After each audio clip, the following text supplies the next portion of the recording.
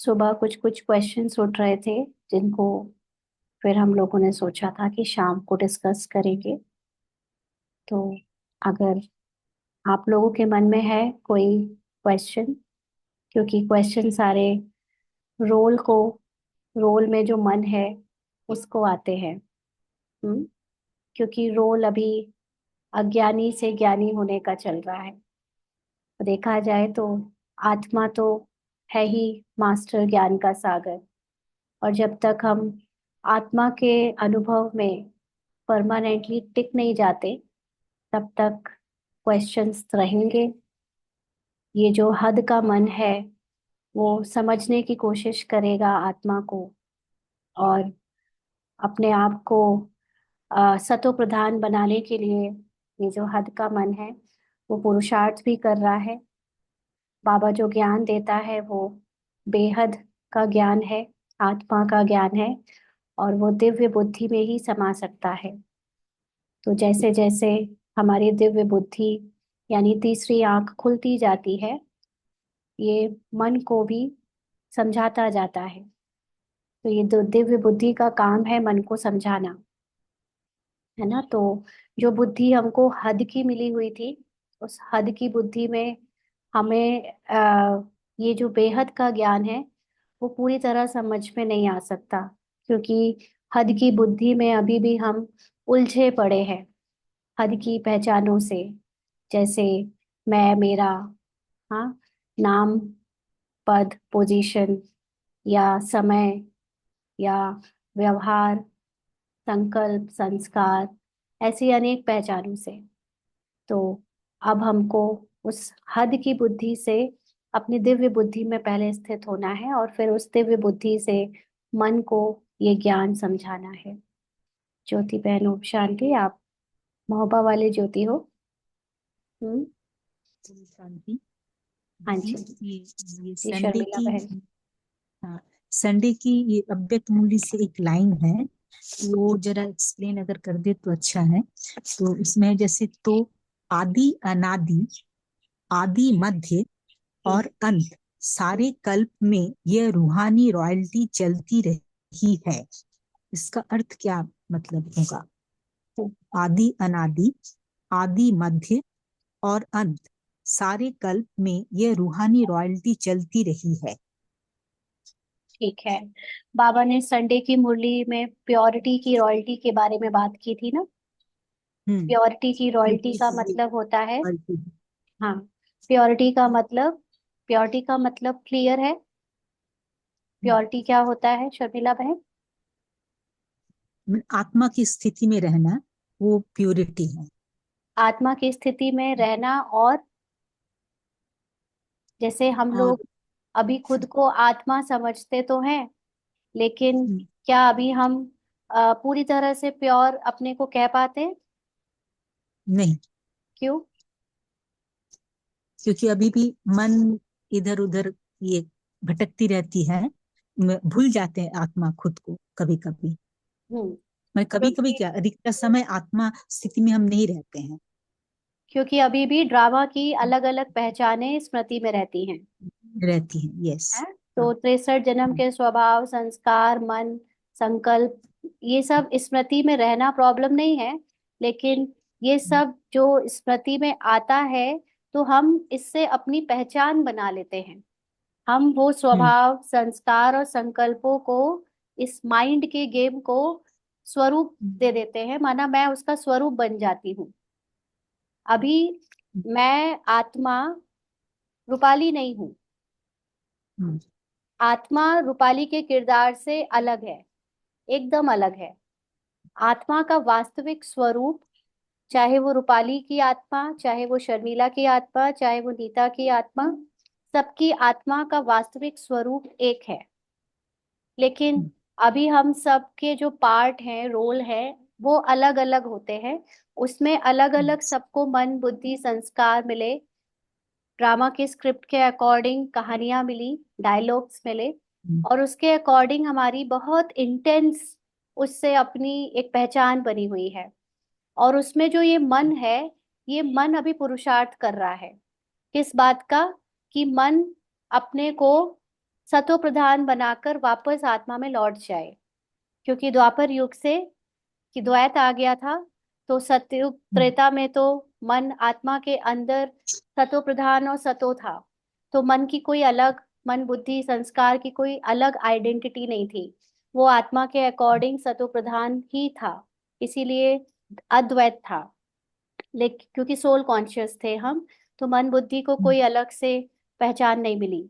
लेकिन जब द्वापर आया तो मन बुद्धि संस्कार देह भान में आने के कारण आत्मा के सतो प्रधान स्थिति से निकलकर रजो में चले गए, अवस्था गिर गई, क्योंकि खुद को शरीर समझने लगे, है ना। तो अभी बाबा जब ये प्योरिटी शब्द कहता है, तो जब जब हमारी अवस्था एक बीज रूप स्थिति की होती है, बीज रूप स्थिति का मतलब जब मुझे कुछ भी याद नहीं आता, मुझे ना ये शरीर याद रहता, ना नाम याद रहता, ना शरीर की कोई बात याद रहती, ना मुझे कोई रिश्ता याद रहता, यहाँ तक कि मेरे किरदार में जो ये घटनाएं घट रही हैं, मेरे किरदार में जो कहानी चल रही है, जो बोला जा रहा है, जो सब संकल्प आ रहे हैं, जो सपने आ रहे हैं, जो संस्कार हैं किरदार में, ये सब भी आते जाते हैं, लेकिन मुझे ये मेरे नहीं लगते।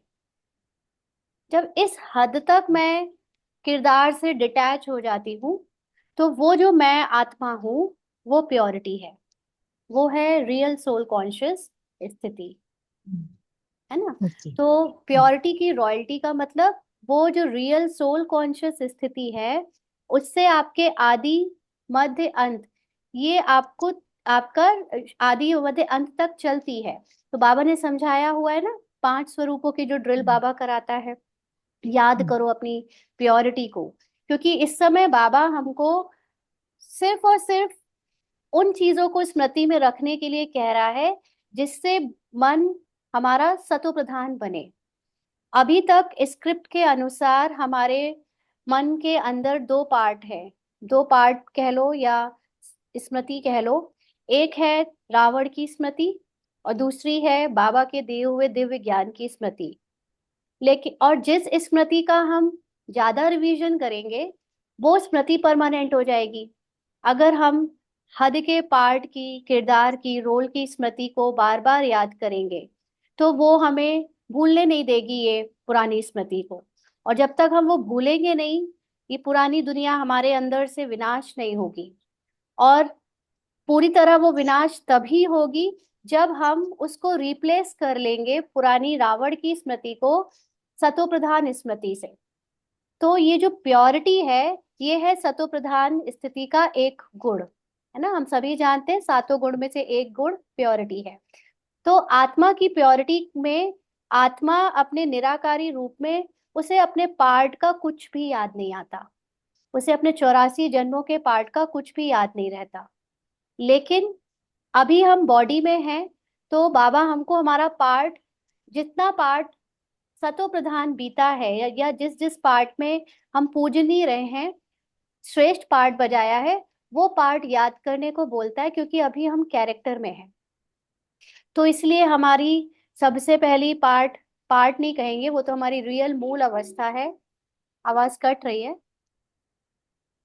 बाकी लोगों को भी ब्रेक हो रही है क्या आवाज? नहीं, ओके, ठीक है। तो अ, मीनाक्षी बहन, आपके साइड से शायद नेटवर्क कुछ इशू होगा। तो सबसे पहले हमारा मूल रूप हमें याद करना है, उसी से स्टार्टिंग करनी है। वो है हमारी अनादि स्वरूप। अनादि स्वरूप में आत्मा बीज रूप स्थिति में होती है। तो वो बीज रूप स्थिति की प्योरिटी हमें याद करनी है। वो हम इतने प्योर है बीज रूप में कि हमें कुछ भी याद नहीं है, कुछ भी ड्रामा से, किरदार से, शरीर से, इस रूपाली से कोई मतलब नहीं है उसको, वो वाली अवस्था। फिर ये हो गई अनादि। फिर आदि में आओ, तो सतयुग और त्रेता में, दोनों ही युगों में हम लोगों ने सोल कॉन्शियस बर्थ लिए हैं। यानी हमारे जन्म तो चले, हमने कर्म किए, बोला भी, किरदार भी प्ले किया, कहानियां चली, लेकिन हमें बिल्कुल भी उसका भान नहीं था। हमें उस कहानी का भान नहीं, हमें उस शरीर का भान नहीं, उस शरीर में मिले हुए रिश्तों का भान नहीं। हम आत्माभिमानी होकर उसको प्ले कर रहे थे। यानी एक्टर को जब अपने मूवीज में याद रहता है कि वो एक्टर है, मूवी का रोल अलग है, तो वो उस रोल से प्रभावित नहीं होता। तो ये कॉन्शियसनेस हमारी 2 युगों तक चली। इस प्योरिटी को याद करो, अपने आदि स्वरूपों को याद करो। फिर तीसरा स्वरूप बाबा कहता है मध्य में आ जाओ। मध्य में आपके पूज्य स्वरूप को याद करो, हमारा पवित्र स्वरूप, प्योर स्वरूप, जो मंदिरों में देवता खड़े हैं, देवियां खड़ी हैं, जड़ चित्रों में जिनकी भक्त लोग पूजा कर रहे हैं घरों में या मंदिरों में, उनको याद करो। क्यों उनकी पूजा हो रही है? क्योंकि उनके यादगार में, उनके स्वरूप के सामने जो जड़ चित्र है, जिनको सब भगवान समझकर पूजते हैं, उनके सामने कोई भी जाए, कैसा भी जाए, कुछ भी मांगे, वो कभी किसी को जज नहीं करते। वो एकदम पवित्र हैं, प्योर है। क्योंकि वो अपने सामने आ रहे भक्तों को, वैसे तो वो जड़ चित्र है तो ऑब्वियसली वो किसी को कोई रिस्पॉन्स और रिएक्शन नहीं दे सकते, मूर्ति कहाँ कुछ दे सकती है, लेकिन फिर भी भक्त उसको भगवान मान मानकर उसमें जान तो फूंक देता है। जान का मतलब ये नहीं कि वो चलने फिरने लगते, लेकिन उनकी स्मृति में ये माना जाता है कि भगवान सबके लिए बराबर है। भगवान सबको बराबर की दृष्टि से देखता है, चाहे राजा जाए, चाहे रंक जाए, चाहे खूबसूरत जाए, चाहे बदसूरत जाए, है ना, चाहे अंदर से कोई बहुत अ, बुद्ध आत्मा जाए, चाहे पापी जाए, सबको भगवान बराबरी से वरदान देता है। ऐसे सबके लिए सेम दृष्टि, किसी को जज नहीं करता। तो उस पवित्र स्वरूप को याद करो, वो आप ही का है। ये हो गया मध्य का। फिर अंत में आ जाओ, तो अंत में ब्राह्मण स्वरूप। ब्राह्मण स्वरूप में हमको बाबा ने संगम की पिनाकल पॉइंट पे खड़ा कर दिया है, उस हाइट पे खड़ा कर दिया जहां पर हमको पूरा ज्ञान भर उसने वापस लौटा रहा है, जो ज्ञान हम पिछले 2500 वर्षों से भूले हुए थे। तो ये ज्ञान की प्योरिटी है हमारे अंदर। ये ज्ञान की समझ से हमारे अंदर अब ये दृष्टि की प्योरिटी आ चुकी है कि भले कलयुग में एक्सट्रीम लोगों के रोल अलग अलग, डिफरेंट डिफरेंट हैं, बहुत परिवर्तन होते रहते हैं, आए दिन संस्कार, स्वभाव, संकल्पों की बाढ़ रहती है, लेकिन हमारा जो ज्ञानी मन है, ज्ञानी बुद्धि है, उसने मन को जो सतो प्रधान बनाना शुरू कर दिया है, उससे हम ब्राह्मण जो पवित्र बनते जा रहे हैं। इस पवित्र स्वरूप को याद करो। और फिर ये लास्ट में फरिश्ता बन जाते हैं।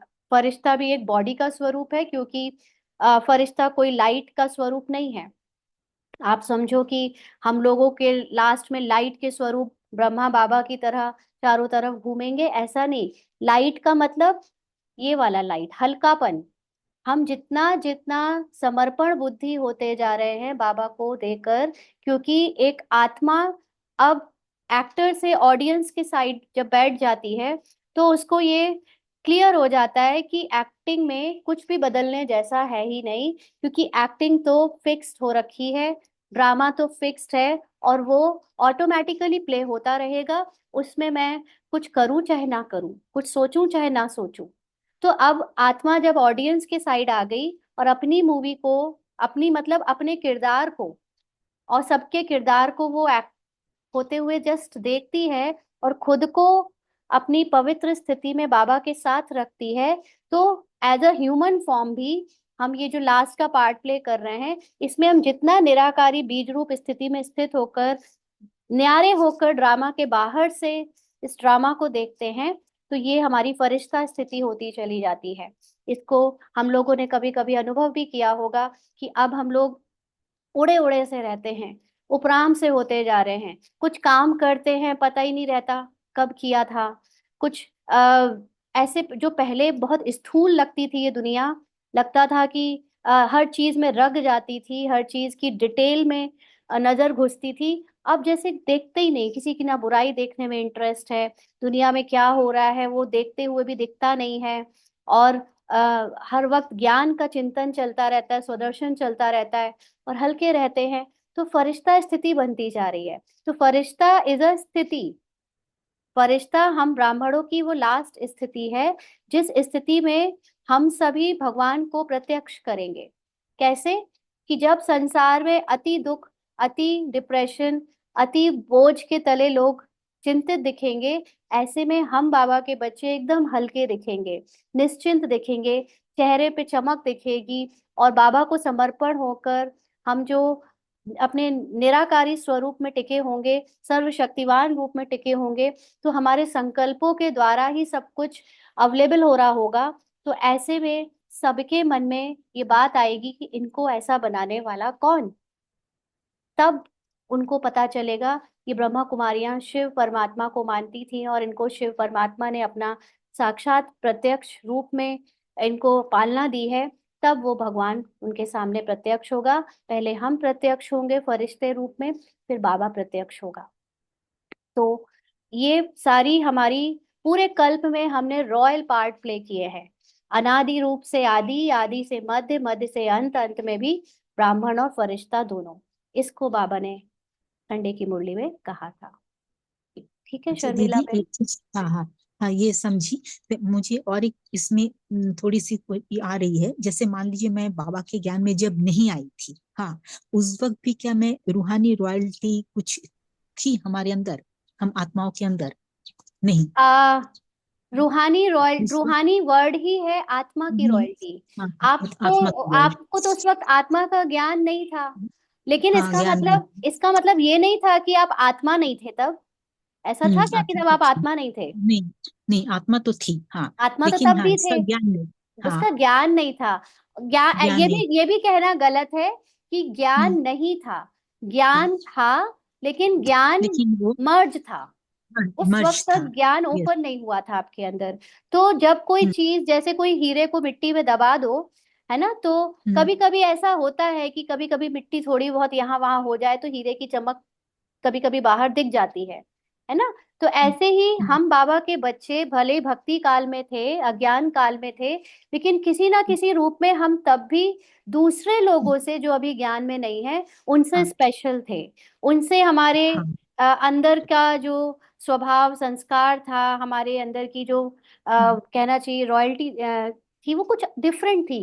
हम कुछ बिल्कुल डिफरेंट था, वैसे। कुछ हाँ, अलग तो थी, वही मेरे को भी वही लग रही है हाँ, कि कुछ तो उन लोगों से अलग थी, हाँ, हर चीज में। बिल्कुल, हाँ। बिल्कुल, है ना। अच्छा अच्छा, फिर वो ठीक है, हाँ। जैसे सुपर पावर हीरोज हम्म, होते हैं ना, हम्म, जैसे आपने अगर हम्म, कभी देखा हो स्पाइडरमैन की मूवी, या ऐसे शक्तिमान की मूवी। शक्तिमान को तो देखा होगा आपने दूरदर्शन में। वो कैसे, वो दांत निकला हम्म, हुआ, चश्मा लगाए हुए एक साधारण मनुष्य रहता है। और फिर उसको जब शक्तिमान की जरूरत पड़ती है, मतलब जब एक सुपर पावर की जरूरत पड़ती है, तब वो कॉस्ट्यूम हम्म, पहनकर एकदम झटकोर के आ जाता है। तो उसके अंदर वो सब पावर्स है, लेकिन जब तक वो हम्म, यूज में नहीं आनी है तब तक बाबा हमको साधारण रूप में रखता है। और जब वो हम्म, उसका काम होने वर्क होना हम्म, है या उस पावर को यूज करना है, तो बाबा हमको हमारी सुपर पावर्स याद दिलाता है। ऐसा नहीं भरता है, याद दिलाता है। और वो ज्ञान ज्ञान से दिया। याद दिलाता है। तो याद करते हम्म, करते हम वो सुपर पावर्स बन जाते हैं। हम्म, हम्म, ओके ओके, यस, हाँ, हाँ, तो ये मुझे भी लग रही थी। ठीक है, ठीक। Thank you. दीक्षा बहन, इसका मतलब आत्मा खाली नहीं है, भरी है ज्ञान से। आत्मा का मूल रूप में, आप सातों गुणों में वो कहते नहीं हो, आत्मा के अंदर एक गुण ज्ञान है।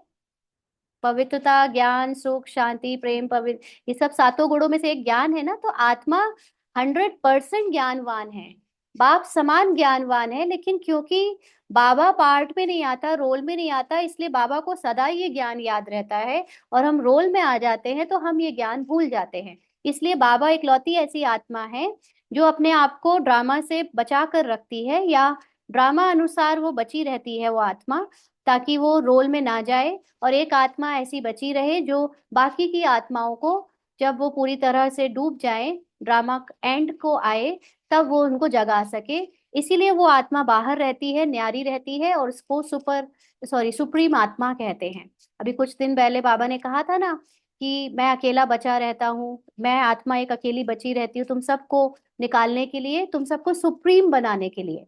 तो जब हम अपने मूल रूप में पहुंच जाएंगे स्मृति से, तो हम भी सुप्रीम हो जाएंगे, है ना। बाबा ने साफ साफ कहा था अभी, आई थिंक 15 दिन पहले की मुरली में। तो हम सबको भी वो सुप्रीम, अपनी परफेक्शनिस्ट की स्थिति को प्राप्त करना है स्मृति में। पहले हम शरीर की स्मृति में जी रहे थे, और अभी भी पार्ट अनुसार हमारे में शरीर की स्मृतियां थोड़ी हावी हैं, लेकिन धीरे धीरे जितना हम ज्ञान की स्मृति को याद करेंगे, डीप में जाएंगे, तो वो स्मृति मिटने लगेगी। अभी भी अनुभव होता होगा कि बहुत सारी ऐसी बातें हैं अब कि हम लोगों को याद नहीं रहती, कोई स्पेशली याद दिलानी पड़ती है पुरानी बातें, पुराने लोगों की पहचाने, पुराने स्वभाव संस्कार की कोई स्मृति। अब वो स्मृति धीरे धीरे मिटती जा रही है। मिटने का मतलब मर्ज होती जा रही है। मिटता तो कुछ भी नहीं है आत्मा के अंदर से, लेकिन वो मर्ज और इमर्ज होने का खेल चलता रहता है। तो अब नई स्मृति इमर्ज हो रही है अपने अनादि आदि काल की, और पुरानी स्मृति मर्ज होती जा रही है। ठीक है, और किसी को कोई क्वेश्चन है? हाँ जी। श्रद्धा दीदी, आप कुछ पूछ रहे थे सुबह, आप हो अभी? याद है आपको कुछ पूछना था? नहीं तो फिर हम लोग अब ये करते हैं। चलिए ठीक है, तो आ, कल हम लोगों ने ये बेहद के वैरागी बनो की लाइन पढ़ी थी, उसके आगे पढ़ना था। अब वापस घर जाना है। तो बेहद का मतलब क्या होता है ये तो आ, सबने समझ ही लिया। आत्मा जब पूरी तरह ड्रामा से फ्री होती है, किरदार का कुछ भी उसे याद नहीं रहता, अपने बीज रूप में वो निर्संकल्प होती है, उसको बेहद कहते हैं। और वैरागी का मतलब होता है बे प्लस राग। तो जब हम किसी चीज में राग ना रखें, इंटरेस्ट ना रखें, उसको कहते हैं वैरागी बनो। तो हम भले ही अभी लौकिक में रहते हैं, घर गृहस्थी की दुनिया में रहते हैं, और ये शरीर की पहचानों में उलझे हुए हैं, लेकिन हमारा अब पुरुषार्थ ऐसा होना चाहिए कि हमारा सारा राग, हमारा सारा इंटरेस्ट अपने को आत्मा की सत्य स्मृति में स्थित करने में हो। और जो पार्ट में कुछ भी आ रहा हो, कहानी में कुछ भी चल रहा है, स्वभाव संस्कारों में, माइंड में, इमोशंस में, उसमें राग ना हो, मतलब मुझे इंटरेस्ट नहीं है। जैसे अभी अभी थोड़ी देर पहले इस शरीर के मतलब लौकिक बेटे ने कहा कि मुझे बिल्कुल पसंद नहीं है कि मुझे जब गुस्सा आता है तो। आपको पसंद है आपको जब गुस्सा आता है?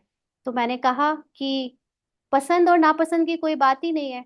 ये गुस्सा आना किरदार में होता है, रूपाली में होता है, और मैं आत्मा सदैव आनंद में रहती हूँ।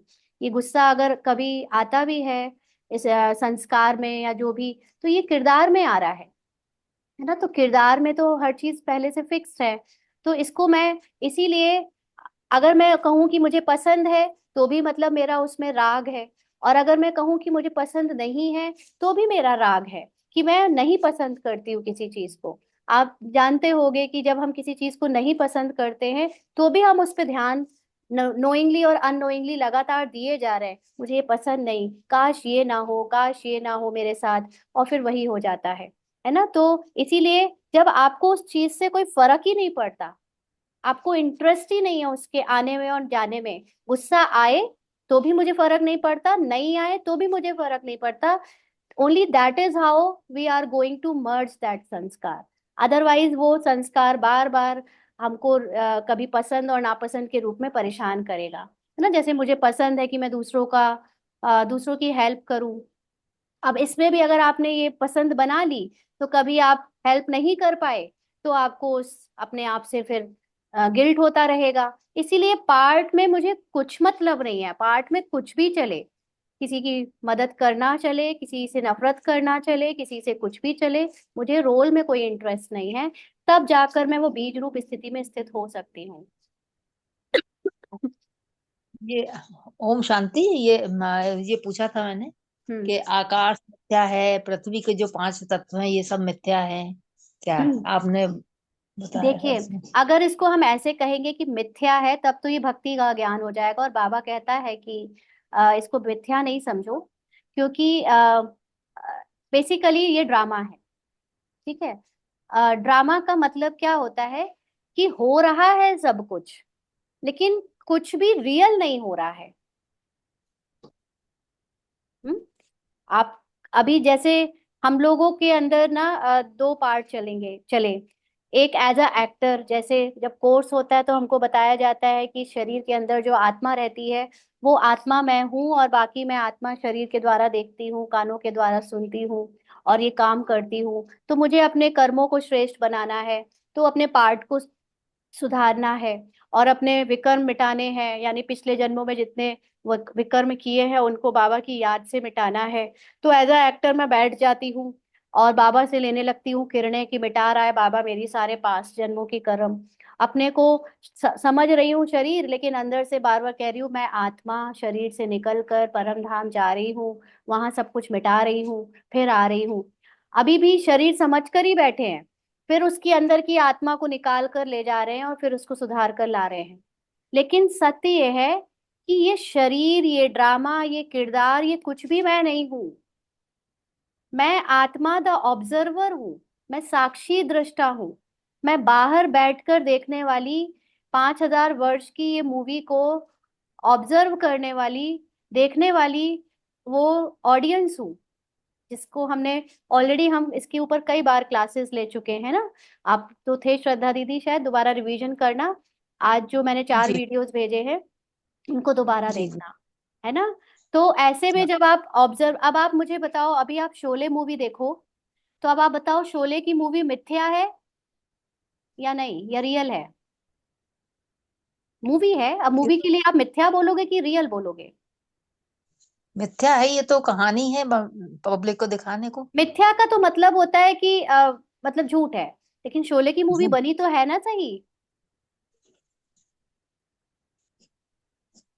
हाँ, मूवी तो देखी है ना, बनी तो है ही ना सही, कि नहीं बनी? मैंने देखी ही नहीं? मैंने नहीं देखी। मैंने नहीं आपने देखी। नहीं देखी, लेकिन है तो सही कि नहीं? हाँ। तो वो हाँ मूवी, वो इसी मूवी तरह ये देखी। 5,000 साल का ड्रामा प्ले तो हुआ ही है, ऐसा तो है नहीं प्ले नहीं हुआ है। तो इसको एकदम मिथ्या कह देना मतलब है ही नहीं, इसका एग्जिस्टेंस ही नहीं है, ऐसा भी नहीं है। ये है, लेकिन ये एक मूवी है, एक ये ड्रामा जिसको हम ड्रामा जैसा ही नहीं, ये सच में एक ड्रामा है, जैसा भी नहीं। हम्म। तो अब आप अगर एक्टर बन, आपने कौन सी मूवी देखी है? हम उसी मूवी को नाम ले लेते हैं, श्रद्धा दीदी।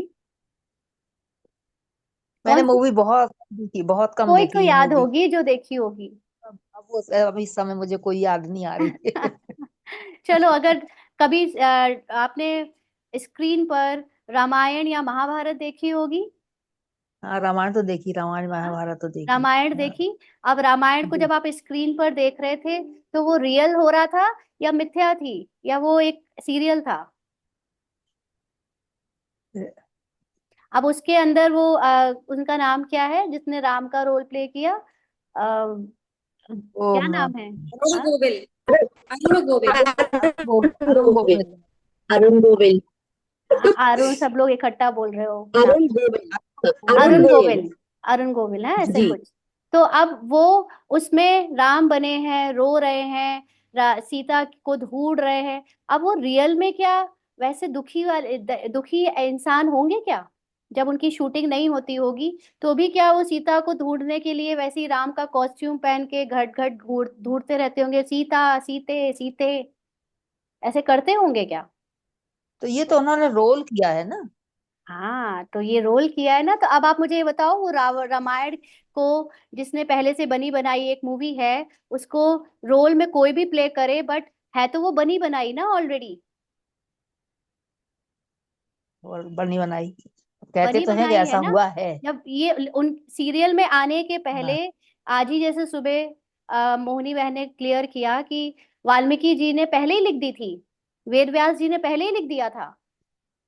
तो जो चीज पहले ही से लिखी हुई है उसका कोई भी सीन क्या बदला जा सकता है?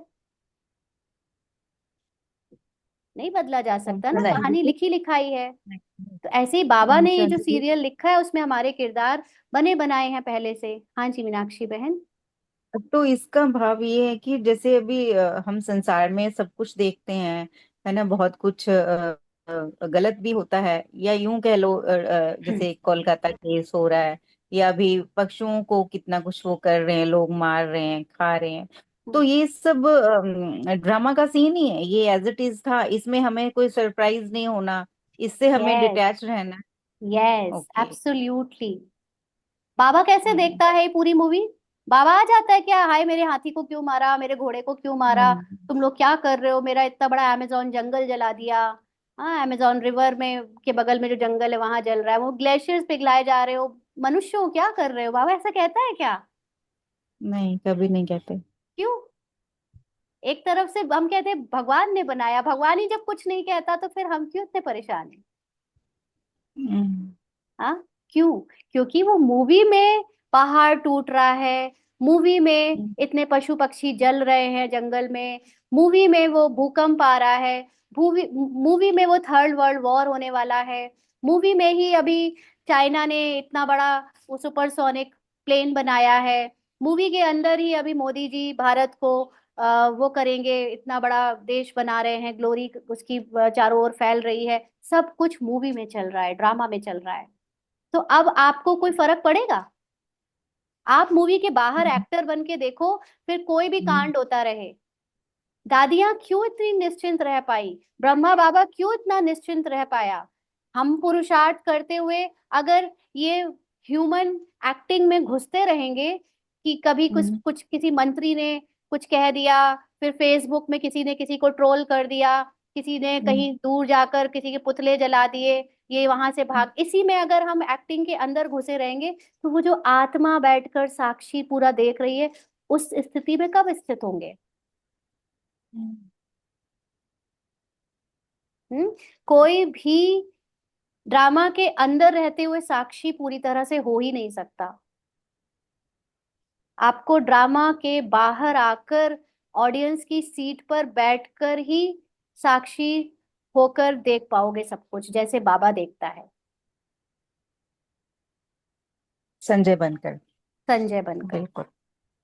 ना, संजय दूर से महाभारत की सब घटनाएं बता रहा है, कौरव में अब ये मर गया, ये मर गया, पांडवों में अब ये हो रहा है, भगवान अर्जुन को ये सुना रहे हैं, भगवान ने अर्जुन को ये बोला। तो अर्जुन कौन? अर्जुन अभी एक्टर, हम डूबे हुए एक्टर, जिनको अभी ऐसा लग रहा है कहाँ ज्ञान है मुझे, हाय मेरे वो बच्चे, हाय मेरा वो भांजा, हाय मेरी वो चाची मामा काका, सबको मैं छोड़ दूं, मैं उनका खाना ना खाऊं, मैं उनके हाथों का बना खाना ना खाऊं, ऐसे कैसे होगा, उनको कितना बुरा लगेगा। तो भगवान कह रहा है अर्जुन मोह त्याग दो। और मैं कह हम्म। रही हूँ कि कैसे त्याग दूं, ये इनके बिना खुशी कहाँ है जीवन में? हाँ, भगवान कह रहा है कि तुम जब तक त्यागोगे नहीं तब तक तुम्हें अपने सतोगुणी सतयुग की अवस्था नहीं मिलेगी। फिर अर्जुन 18 अध्याय लगा देता है ये समझने में कि अच्छा मुझे सबको त्यागना है, धर्म और अधर्म की युद्ध चल रही है। तो अभी अभी तक हम अर्जुन बने रहे, अर्जुन बनकर रोज बाबा का ज्ञान सुनते थे, but Arjun is also a character of Mahabharat. हमको अब कैरेक्टर से भी बाहर निकलना है, दैट इज बेहद का वैराग्य। कैरेक्टर इज नॉट आत्मा। Arjun is a character, Arjun is ब्राह्मण रोल। हमको अभी ब्राह्मण के रोल से भी बाहर आ जाना है। बेहद का मतलब जस्ट आत्मा, नथिंग एल्स, और सब आत्मा एक आत्मा, मतलब सारी आत्माएं हम सब एक ही हैं, रोल अलग अलग है। इसीलिए बाबा ने बहुत सारी जगह पर, जब हम कल भी डिस्कस कर रहे थे, बाबा ने हम इस कैरेक्टर में जो मन मिला है उसको कैमरे से कंपेयर किया है, कि हमको ये संसार में जो कुछ दिख रहा है वो हमारी, यानी जो कैमरा है, मन का जो कैमरा है, उससे हम जिसको जिस दृष्टि से देखते हैं, जिस वृत्ति से देखते हैं, वो सृष्टि हमारी बन जाती है। अगर सामने से आ रहा कोई किरदार हमको चोर दिखेगा, मैं उसको चोर की दृष्टि से देखूंगी, तो उसके साथ उसके एक्शंस चोरी वाले होने लगेंगे। अगर मैं इसको किसी गलत दृष्टि से देखूंगी तो उसके एक्शंस गलत होने लगेंगे। तो मन के पास वो ये लेंस वो है जिससे मैं अपनी दृष्टि वृत्ति चेंज कर दूं, अपनी लाइट को चेंज कर दूं, ज्ञान से मैं अब उस चोर को चोर ना समझूं, और उसको मैं, मतलब उस आत्मा को चोर ना समझूं, और उसको मैं एक ईमानदार सत्य पवित्र आत्मा के रूप में देखूं, तो उसका कर्म बदलकर पवित्र हो जाएगा। तो ये जो मन है, ये सारा खेल, इस दूसरी जो आइडेंटिटी बनी है, जैसे आप सब हो यहाँ पर, अभी इतने लोग जो हैं अलग अलग नाम से, ये सारे रोल के कैरेक्टर अलग अलग हैं, सबके संस्कार अलग अलग हैं, लेकिन आप सब अंदर से जो आत्मा हो वो मैं ही, वो मैं आत्मा भी हूँ। यानी हम सब ऑलमोस्ट एक हैं। सपोज करो एक रेड कलर ये है, एक रेड ये है, एक रेड ये है, एक रेड ये है, एक रेड ये है, चारों तरफ रेड रेड रेड कलर है। अब ये रेड जितने अलग अलग हैं, अगर इनको एक कर दो तो ये तो एक ही रहेगा ना, रेड मीन्स जस्ट वन। तो अभी हमने जो मेडिटेशन की कमेंट्री में सुना, वननेस, एक अखंड भारत, एकता, है ना, एक धर्म एक राज्य, उसमें सारी आत्मा सेम है, लेकिन रोल सबके बस अलग अलग है। इसलिए ना किसी को किसी से ईर्ष्या, ना किसी को द्वेष, ना कोई कंपटीशन, ना कोई अंदर से घृणा, ना किसी को द्वैत फीलिंग, डुअलिटी नहीं बिल्कुल। तो बाबा जब बात करता है कि तुम्हें देवी देवता बनने के लिए पहले अपने कर्म बोल, कर्म वचन और मन की सफाई करनी पड़ेगी। तो कर्म वचन की सफाई तो हमने बहुत अच्छे से सीख लिया कि हम ऊपर से किसी के लिए साथ कुछ गलत ना करें, गलत ना बोले, लेकिन मन की सफाई थोड़ा सा मुश्किल हो रहा था। आज भी बाबा ने मुरली में कहा ना, मुश्किल लगता है कई बच्चों को। क्यों लगता है मन की सफाई मुश्किल? क्योंकि किरदार अपने मन की सफाई करने की कोशिश कर रहा है, और किरदार किरदार में डूबकर मन की सफाई करने की कोशिश कर रहा है, जो कि एक तरह से, जो जिस मन ने आत्मा से अपना रिश्ता तोड़कर द्वापर युग में एक डिफरेंट आइडेंटिटी बना ली। आत्मा मास्टर थी 2 युगों तक। द्वापर युग में ये जो उसके अंदर मन बुद्धि संस्कार की फैकल्टी थी, इसने इस मास्टर को सुला दिया और अपनी नई आइडेंटिटी बनाकर, अलग अलग पहचान बनाकर 63 जन्म लेता आया, उसमें अलग अलग फ्रेगमेंट करता आया, तोड़ता आया और भी दुनिया को। ये जो आज हमने भारत को टूटते हुए देखा इतने वर्षों में, और उसके भी टुकड़े टुकड़े धर्म के नाम पर, जाति के नाम पर, लोगों के साथ गरीब अमीर के नाम पर, ये बाहर जितना भी टूटना फ्रेगमेंट हो रहा है, वो एक्चुअली में मेरे मन के अंदर है पहले। जैसे हमने अभी कमेंट्री में सुना ना कि एक शरीर का पूरा नाम लेने से, शरीर बोलने से उसके अंदर आंख मुंह कान हाथ नाक ऑर्गन्स, एक एक ऑर्गन सब कुछ आ जाता है।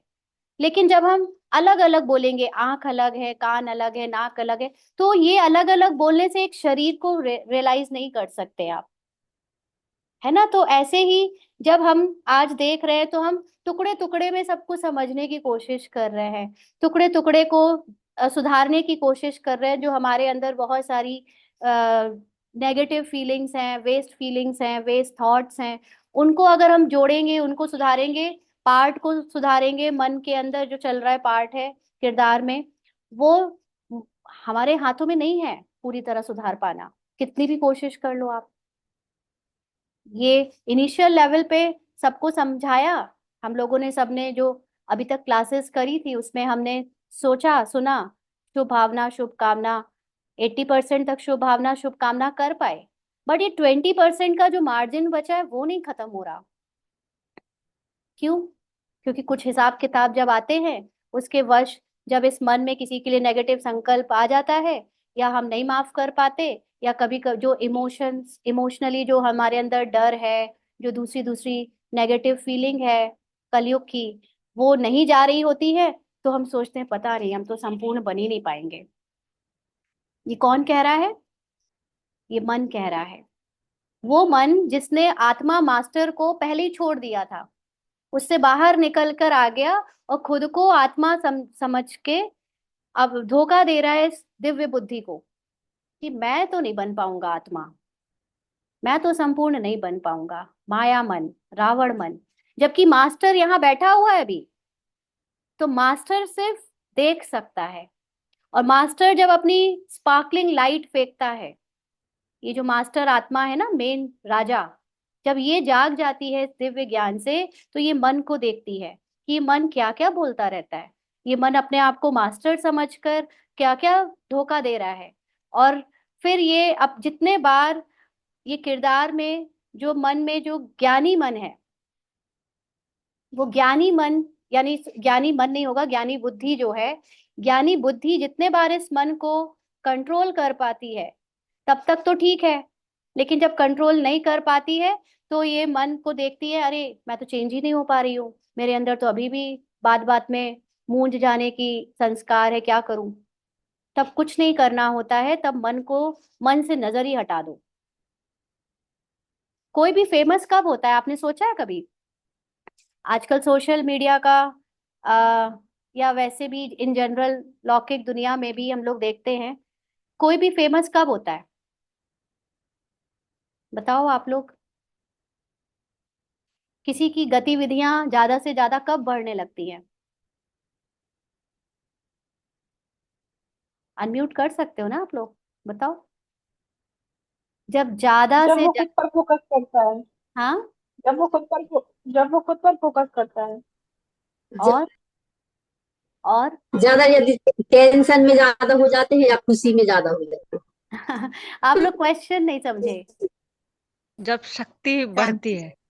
मैंने ओम जब शांति। नहीं, क्वेश्चन दोबारा रिपीट कीजिए ओम सर। शांति, जब सब अपने पर कंसंट्रेट करते हैं और व्यर्थ दूसरी तरफ नहीं देखते, दूसरी तरफ नजर नहीं देखते हैं, अच्छा तब तो मेरा वो आप लोग आगे बढ़ते हैं। क्वेश्चन नहीं समझे।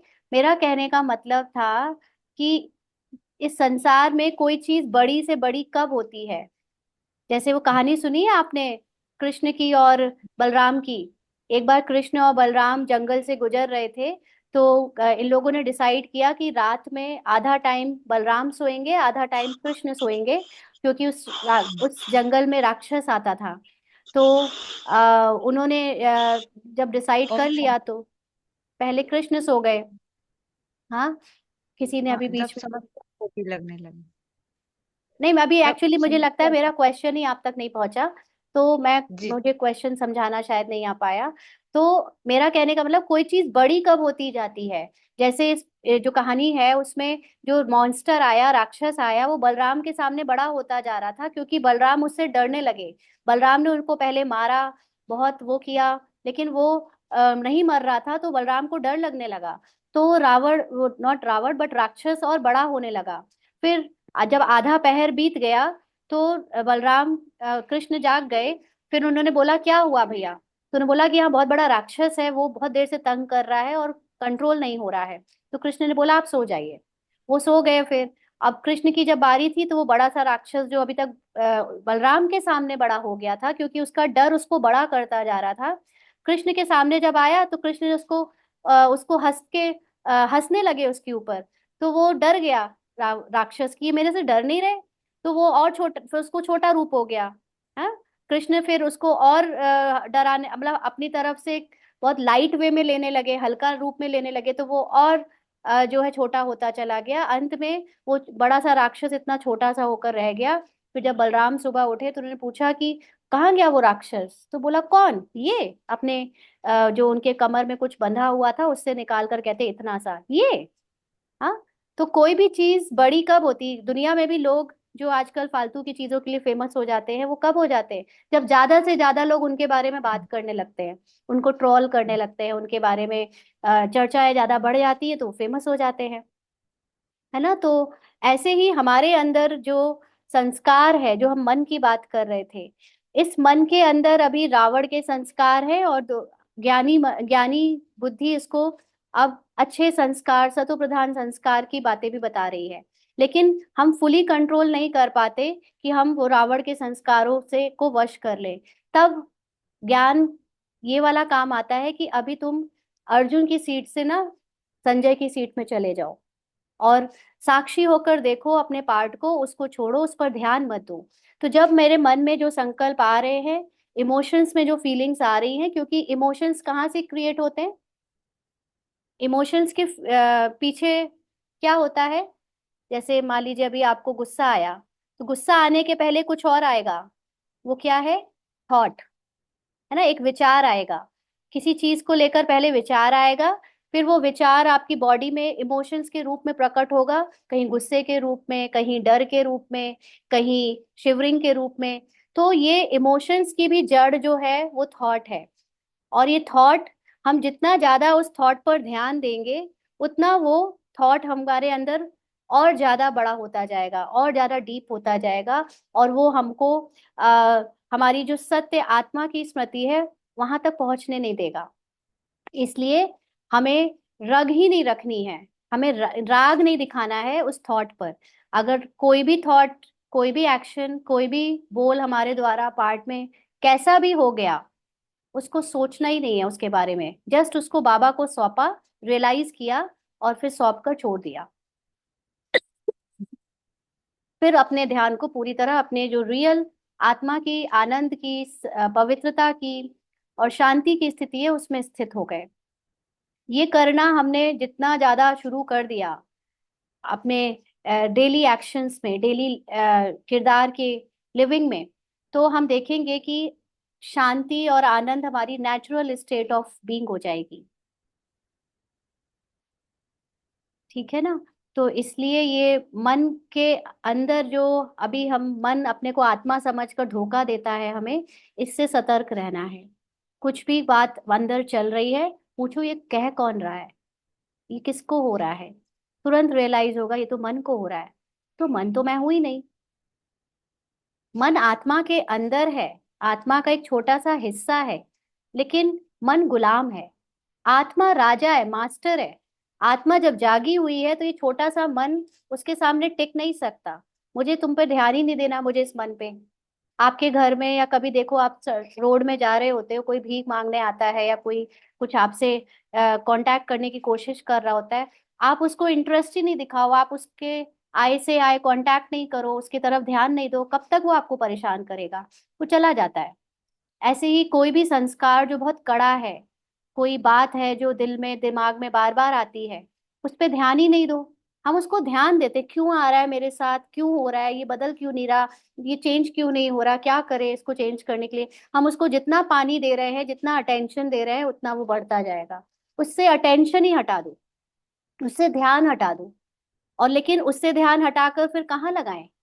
वो लगाओ अपने सत्य आत्मा की स्मृति में, या अपने स्वमान में, या बाबा के ज्ञान में। तो जितना हम उससे ध्यान हटा देंगे, वो हमारा जो, हमारा नहीं, किरदार का जो संस्कार है या एक्शन है या जो भी, उससे पूरी तरह वो खत्म हो जाएगा, मर्ज हो जाएगा, अंदर चला जाएगा। ठीक है? यहाँ तक कुछ, किसी को कुछ पूछना है? नहीं? ओम शांति दीदी। ठीक। दीदी जैसे आपने बोला कि आत्मिक स्थिति में स्थित होने पर मतलब ना कुछ अच्छा ना कुछ बुरा, मतलब राइट। ये कहना चाह। तो जैसे दीदी बाबा की श्रीमत है कि अपने हाथ का बना भोजन करना है। हम्म। अब जैसे शुरुआत में हम बड़े परिवार में हैं और सब लोग खाना बनाते हैं, तो मतलब आत्मिक स्थिति में फिर श्रीमत कैसे वो कि अब दूसरे के हाथ का मतलब ये चीज, श्रीमत तो है खुद के हाथ का खाना देखिए, है। आत्मिक स्थिति, वही मैंने बात बोली ना। अभी आपने जैसे ये सुना, आत्मिक स्थिति में ना कुछ अच्छा होता है ना बुरा होता है, तो अब तो हम सबके हाथों का खा लें, अब तो हम कुछ भी करें। ये पता है ये किसने सुना? ये मन ने सुना। मन। मन अंदर इतना खुश हो गया, अब मैं आत्मा हूँ। मन ने कहा मैं आत्मा हूँ, और अब मैं तो सब कुछ खा पी सकता हूँ। आत्मिक स्थिति को रियलाइज करना, पहले तो आप सोचो कि आपको जो सच में फील हो रही है वो आत्मिक स्थिति है भी या नहीं, या मन धोखा दे रहा है आपको कि मैं आत्मा हूं। आप मुझे बताओ, अभी आपने बोला जैसे मैं घर में रहती हूँ और मैं इतने सारे लोग के बीच में खाती हूँ, रहती हूँ, मतलब उनके साथ एडजस्ट करती हूँ, ये कौन बोल रहा है? आत्मा का कहाँ है घर? परम धाम। आत्मा तो बोलती भी नहीं। आत्मा तो बोलती भी नहीं। तो ये आपने जैसे ही जब ये बोला पहली सेंटेंस में कि मैं जिनके साथ रहती हूँ, वो शरीरधारी थे या आपने परमधाम की आत्माओं की बात की? पार्टधारी। तो पार्टधारी को आपने अपना माना मेरे घर में, तो ये आत्मा बोल रही है कि मन बोल रहा है? ये रावण मन ने मन धोखा दे के आत्मा बोला। मन हाँ, भूल गए। तुरंत समझ आ गया ना? किरदार बात कर रहा है, उसका मन बात कर रहा है। और बाबा ये अच्छे से जानता है कि मनुष्य को सबसे ज्यादा धोखा उसका मन देगा। इसीलिए बाबा ने पहले कहा शरीर को साधो। हम्म, पहले शरीर दीदी को यहाँ साधो। तो दीदी यहाँ हमें ये करना है कि मतलब हमें किसी की परवाह नहीं करना है कि कौन क्या करेक्ट, सोचेगा। हमें करेक्ट। श्री हमें आप आत्मा तक तभी पहुंच सकोगे जब आप किसी की परवाह नहीं करोगे। परवाह शब्द ही माया का बनाया हुआ अहंकार है कि मैं सबकी परवाह करूं, किसी को कुछ बुरा ना लग जाए, लोग कहीं मुझसे गुस्सा ना हो जाए, उनका दिल ना टूट जाए। कितना ड्रामा में हम शरीर बनकर डूबे हुए हैं। एक निराकार आत्मा को किसकी चिंता? कौन मरेगा, कौन जिएगा, किसको बुरा लगेगा, किसको नहीं लगेगा? आत्मा में तो कोई फीलिंग ही नहीं होती। हम आज 18 लोगों के घर, 18 रोल्स के बीच में एक रोल भी प्ले करें अगर एक एज अ लौकिक फैमिली, तो वो 18 के 18 लोगों के अंदर जो आत्मा है, उस आत्मा को कभी बुरा नहीं लगता। उस आत्मा को किसी से कोई एक्सपेक्टेशन नहीं है। उन आत्माओं को ना कुछ दुख होता है ना दर्द होता है, लेकिन उनके रोल में वो दिखाएंगे कि उनको आपका कहना बुरा लगा, आपका कुछ करना उनको सही नहीं लगा। अब आप उनके रोल को देखकर प्रभावित हो रहे हो, तो आप भी तो आत्मा में नहीं टिके ना। आपने खुद को आत्मा में टिकाया ना उनकी आत्मा को देखा। यही तो इस वृत्ति चेंज हो जाती है। जब मैं अपने को आत्मा समझती हूँ तो मुझे सब आत्मा दिखते हैं। फिर अगर कोई मुझसे गुस्सा हो भी रहा है, किसी को बुरा लग भी रहा है, तो मैं तुरंत समझ जाती हूँ उसके किरदार को बुरा लग रहा है। आत्मा तो बुरी मान ही नहीं सकती। किसी की आत्मा यहाँ पे कोई बुरा नहीं मान सकता, मैं किसी के हाथ का खाऊं चाहे ना खाऊं। कि आत्मा तो सबकी पवित्र है। किसी आत्मा को कोई फर्क ही नहीं पड़ता। तभी तो बाबा ने आज बेफिक्र बादशाह बोला, बेपरवाह। बाबा इतना बेपरवाह हो गया था, कोई परवाह नहीं, सब छोड़ दिया था रिश्ते नाते उसने। जो ज्ञान नहीं सुनना चाहते थे, सारे रिश्तेदारों को छोड़ दिया था। हम्म। और दीदी इसका ये अनुभव भी मतलब जैसे कभी कभी ऐसा हो जाता है कि हम मतलब किसी की बहू हैं, उस रिश्ते से कुछ बोलते नहीं हैं, और अगर कभी अभी बोल भी आपने दिया। पहला सेंटेंस सही करो। हम किसी की बहू हैं, ये पूरा किरदारबाज कर रहा है हाँ यही बता रहे दीदी। कि तो जैसे रोल हमने में मैं किसी की बहू का रोल प्ले कर रही हूँ, ऐसे हाँ बोलो ना। हाँ हाँ, दीदी, तो जैसे हमने बोल भी दिया इस बुक के द्वारा, तो मतलब पहले हम उस चीज को पकड़ लेते थे कि हमने इनका अपमान कर दिया, तो वो चीज बढ़ती जाती थी। अब लेकिन क्योंकि हम आपने, तुरंत। अब आपके मन ने, आपका मन जो कैमरा है, उसने एक ऐसी इमेज फेंकी कि ये मैंने इनका अपमान कर दिया, मैं ये बुरा मान गए। तो वो जो उसने इमेज फेंकी, तो सामने वाले की वृत्ति वैसे ही हो जाती थी जिस वृत्ति से आप उसको देखते थे। अब आप उस वृत्ति को चाहो तो चेंज कर दो कि आत्मा एकदम शुद्ध पवित्र है, इसको बुरा नहीं लगता। और आप देखना, आप खुद प्रैक्टिकल करके देखना, उस आत्मा को दीदी तो बुरा नहीं लगेगा। यही बता रहे थे दीदी हम कि हाँ, लेकिन हमारे मुख से वो बोल गया, और फिर हाँ। थोड़ी देर बाद हमने उस पे बिंदु लगा दिया, तो कुछ मतलब उनको कुछ इफेक्ट ही नहीं कुछ हुआ, नहीं और ना हुआ। हमारे मन को। हाँ, हाँ दीदी। है ना। तो ये सारी संसार में जितने लोगों को भी हमारे संपर्क में जो भी है, जिनका जिनका हमारे से कुछ डायरेक्ट लेना देना है, उनको हम अभी जिस वृत्ति से देखते हैं वो वही करते हैं। और अ, अभी एक चीज पे मेरा पुरुषार्थ, अटेंशन जा रहा है, ध्यान जा रहा है, क्योंकि रिसेंटली मुझे माया मन ने एक चीज दिखाई है कि अभी भी मेरे अंदर कुछ एक दो आत्माओं को लेकर थोड़ी सी इरिटेशन है। जैसे मुझे अभी ऐसा हो गया था कि अब मुझे सब अच्छे लगने लगे थे, किसी के कैरेक्टर और रोल को नहीं देख रही थी। सबकी आत्मा को देखकर मैं बड़ी खुश हो गई थी कि मेरी स्थिति अच्छी हो गई। बट रिसेंटली अभी कुछ आत्माओं के साथ, पुराने जो थे उनसे सामना हुआ, और अचानक से मुझे फिर से ऐसा होने लगा कि थोड़ी इरिटेशन फील हुई इसके मन को, है ना। तो ये बहुत डिस्टर्ब हुई इसके पार्ट में, इसका मन डिस्टर्ब हुआ काफी देर तक।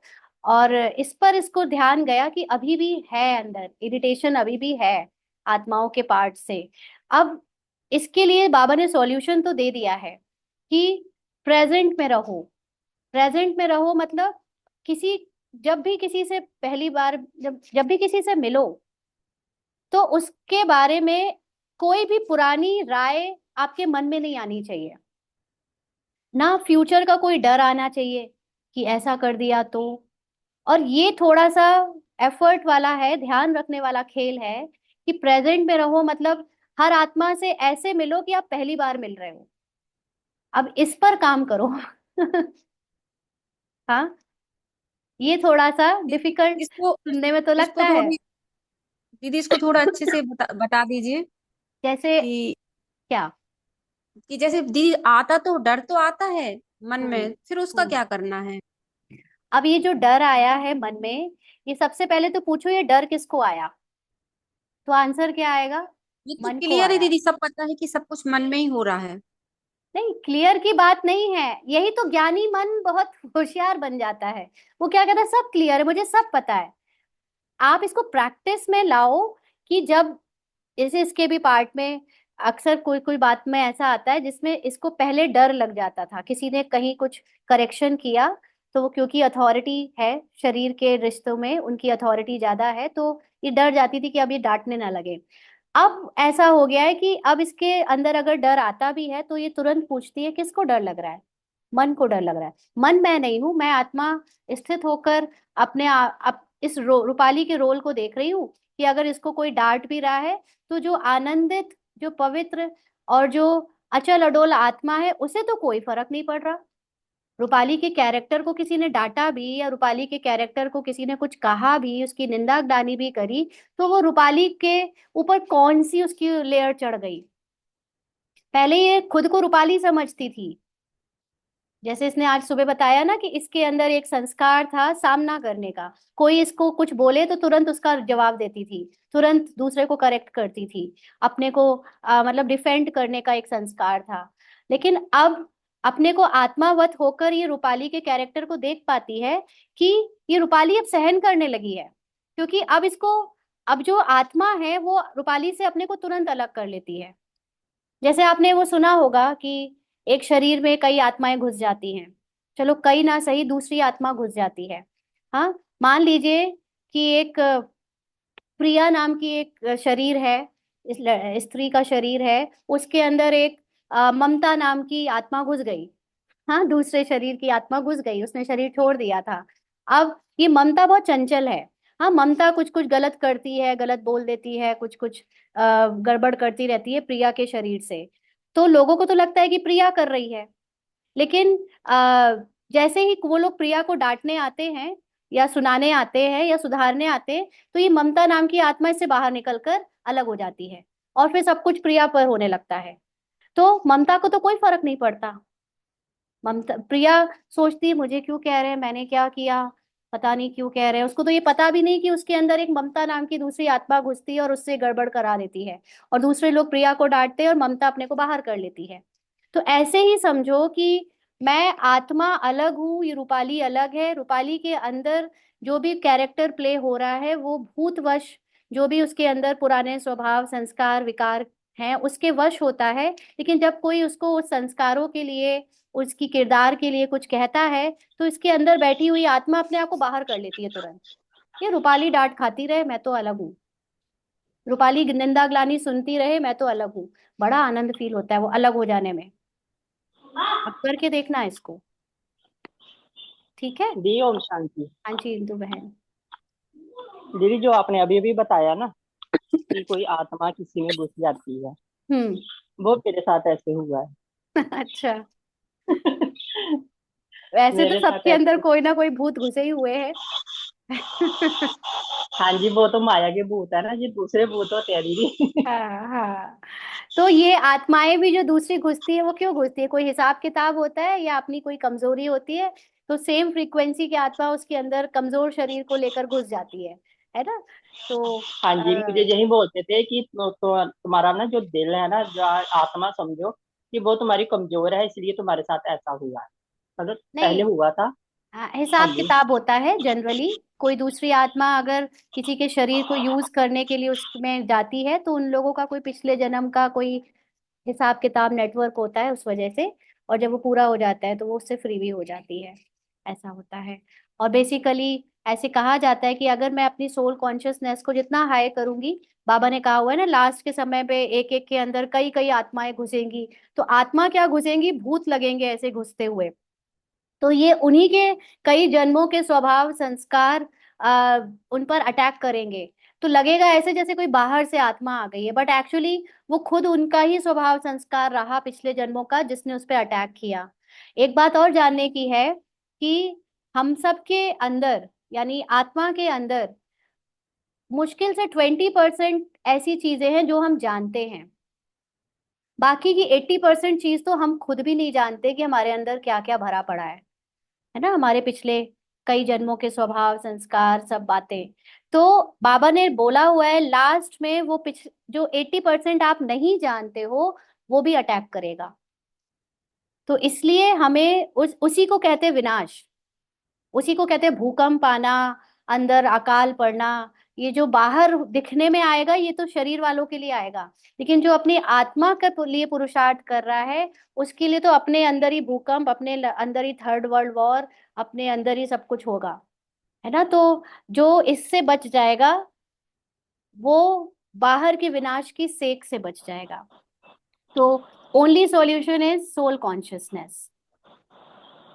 तो हाँ जी दीदी, अभी पर क्या होता है कि जैसे ना मैं रात को सोती हूँ ना, तो जब मैं चादर या कंबल कुछ भी ओढ़ा होगा ना, तो उस पर ना थोड़ी हलचल सी होती है कि जैसे कुछ आ गया है ऊपर। तो मैं उसको वही कहती हूँ कि अब मैं पहले जन्म का मेरा कोई तुम्हारे साथ कोई हिसाब किताब होगा या परेशान तुझे किया होगा, इसलिए तू मेरी चादर पे आती है, जैसे करती है। लेकिन अभी मैं आत्मा हूँ, तू मेरे पर आई है, मुझे तेरे से कोई फर्क नहीं पड़ता कि तू आई है कि नहीं आई है। तो जब मैं ये चीज अपने आप को महसूस करती हूँ ना कि मैं आत्मा हूँ, मुझे नहीं फर्क पड़ता कि है कि नहीं है, तो हम्म। फिर एकदम से धीरे ऐसे होता है, एक वो हट जाएगी, दूसरा ऐसा होगा कि या तो जो कोई हलचल होगी ना, वो मुझे बिल्कुल महसूस नहीं होगी कि मेरे ऊपर आई है, हलचल हो रही है, वो बिल्कुल महसूस नहीं होता फिर मुझे। राइट।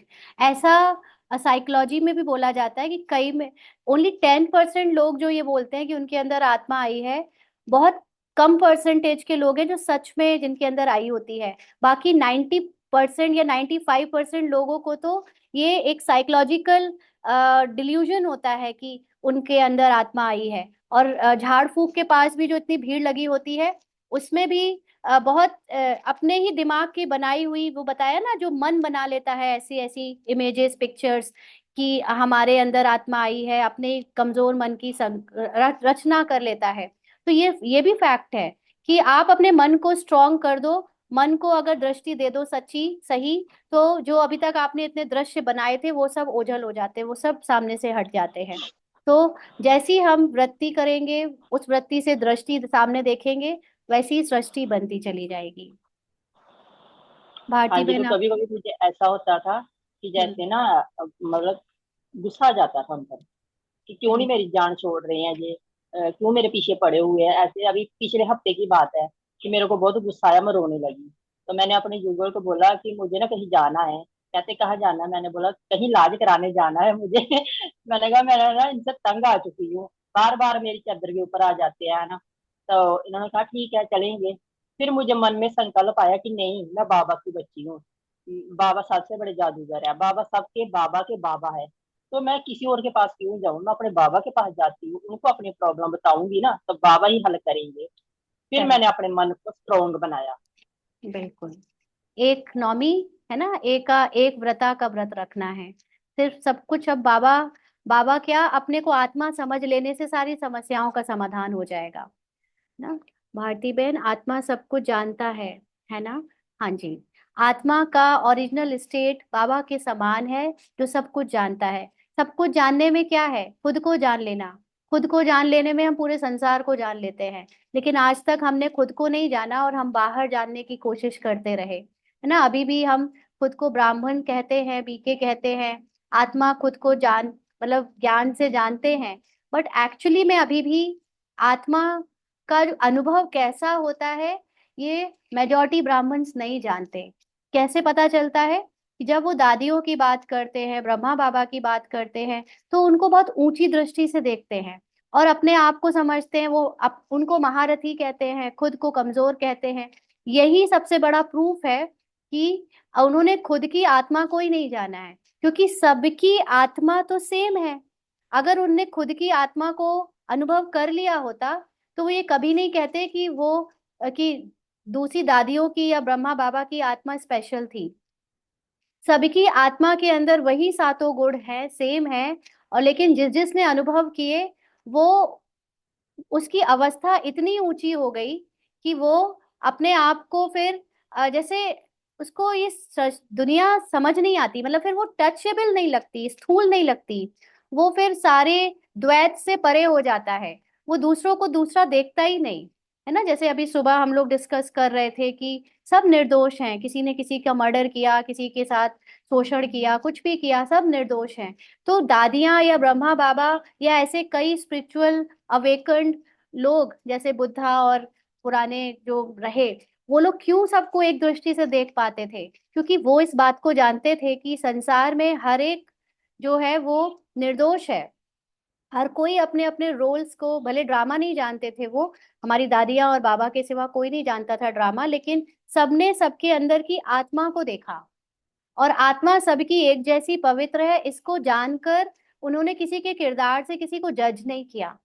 और हमारे ब्राह्मण्स में, बीकेज में लोग कितनी जल्दी प्रभावित हो जाते हैं। अरे वो दीदी आ गई, वो भाई जी आ गए, वो महारथी आ गए, वही बनेंगे 108 में, वही जाएंगे 16,108 में। कितना वो दूसरों से इन्फ्लुएंस्ड हो जाते हैं बाहर के पार्ट को देखकर। तो इसी से पता चलता है कि इन्होंने अभी तक आत्मा को अनुभव किया नहीं है। जिसने आत्मा को अनुभव कर लिया वो ना किसी को ऊंचा देखेगा, ना अपने को नीचा देखेगा, और ना अपने को ऊंचा देखेगा, दूसरे को नीचा देखेगा। वो सबको समान मानेगा, सबको समान मानेगा, सबको सेम प्यार देगा। ठीक है, तो टाइम हो रहा है, किसी को और कुछ पूछना है? आज हमारा ये शुरू नहीं हो पा रहा आप लोगों के क्वेश्चन आंसर्स की वजह से। ओम शांति दीदी। हाँ जी। दीदी आपसे क्लास के बाद फोन पे बात कर सकते हैं क्या? हाँ जी, कर सकते हैं। आप मुझे कॉल, मिस कॉल दे देना, मैं कॉल बैक कर लूंगी। ठीक है। जी जी, हाँ थैंक जी। यू दीदी। और किसी को कुछ पूछना है? आज इतना ही करेंगे, फिर देखते हैं बाबा ये कब शुरू कराएगा। एक्चुअली ये बुक जब भाई जी पढ़ रहे थे ना, ऑनलाइन मैं सुन रही थी, तो उसमें वो जो बातें बोल रहे थे, मुझे अंदर से ऐसा लग रहा था कि इसमें बहुत रहस्य छुपे हुए हैं, और वो बाबा बताता जा रहा था, तो मुझे लगा था मैं आप लोगों से शेयर करूं। और अब ये बुक आ गई है हाथ में, इसको मैं पढ़ रही हूँ, तो मुझे लग रहा है कि बाबा क्या सुनाओगे इसमें। ये तो रोज रोज सुनने वाली चीज है, बट वो ही है कि जब बाबा इसको सुनाना शुरू करता है, समझाना शुरू करता है, तो वो क्या निकलवाता है ये इसको भी नहीं पता होता।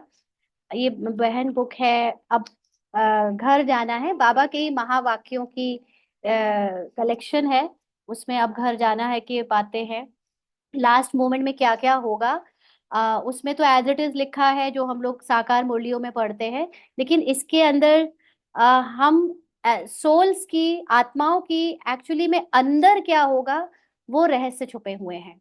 और हम लोग अभी तक विनाश को बाहर की दृष्टि से देख रहे थे, बाहर ऐसा होगा, वैसा होगा, बाहर ये होगा, और सब उस सारे ब्राह्मण उसका वेट कर रहे हैं। जब ऐसा होने लगेगा तो हम बैठ जाएंगे 8 घंटे 10 घंटे योग में। लेकिन वो विनाश बाहर तब तक नहीं होगा जब तक अंदर हमारे परिवर्तन का प्रक्रिया तेजी से नहीं होगी। माना अंदर के पुराने स्मृति का विनाश नहीं होगा और नई स्मृति का अ, की स्थापना नहीं होगी। ये सारा खेल होना अंदर है, बट क्योंकि ब्राह्मण्स लौकिक और अपने स्थूल रूप में टिके हुए हैं, इसलिए उनको बाहर के विनाश की ज्यादा चिंता है। और वो बाहर का ड्रामा, ये विनाश तो बना बनाया है और वो फिक्स्ड है, उसमें कोई हमारा हिस्सेदारी नहीं है। हमारी सारी कर्मों की जो या पुरुषार्थ की चीज है वो अंदर है ना, उसके गहरे रहस्य हैं इसमें। तो देखते हैं कल फिर जब भी टाइम मिलेगा। अभी कोई क्वेश्चन नहीं होगा तो कल से करेंगे इसको, है ना। चलिए, ये जो बातें होती हैं ये भी जरूरी है क्लियर करने के लिए, क्योंकि फिर हम बेसिक नहीं समझेंगे तो फिर एडवांस चीजें समझना और मुश्किल हो जाएगा। तो आप लोग वो 4 वीडियोस जरूर देखिएगा। रेगुलर क्लास मुरली होती है सुबह 7:45 7:45 पे शुरू होती है, और इवनिंग में टाइम बदलता रहता है, बट अभी 3:30 रहेगा। 3:30 से ज़्यादातर क्लासेस होंगी, कभी चेंज होगा तो वो ग्रुप में मैसेज कर देते हैं। ठीक है, ओके। ओम शांति।